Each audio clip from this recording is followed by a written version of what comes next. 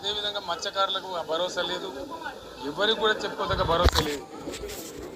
ఇందులో విశేషం హైలైట్ ఏంటంటే ఆర్థిక మంత్రి ప్రతి మాటను ఒత్తి ఒత్తి ఆ డబ్బు వచ్చినప్పుడు అదేందుకు మహాప్రపంచ విజయంలాగా ఒత్తి ఒత్తి చెప్పడం తప్ప కొత్తది ఏమీ లేదు. ఒత్తి ఒత్తి పలుకులు పలకడం తప్ప కొత్తగా చెప్పింది ఏమీ లేదు. ఏ ఒక కొత్త సంక్షేమ పథకం కానీ ఏది కూడా లేదు. మహిళల పట్ల కూడా చాలా స్పష్టంగా చెప్పాల్సిన అవసరం ఉండే, కానీ వాళ్ళు మేము 1,00,000 కోట్లతో అన్ని రుణాలు, ఆ రుణాలు వీలేదో ఇస్తున్నట్టుగా ఆల్రెడీ ఉన్న స్కీమే, నథింగ్ న్యూ అబౌట్ ఇట్, ఏమి లేదు. వెరసి ఇష్యూ యాజ్ ఏ హోల్.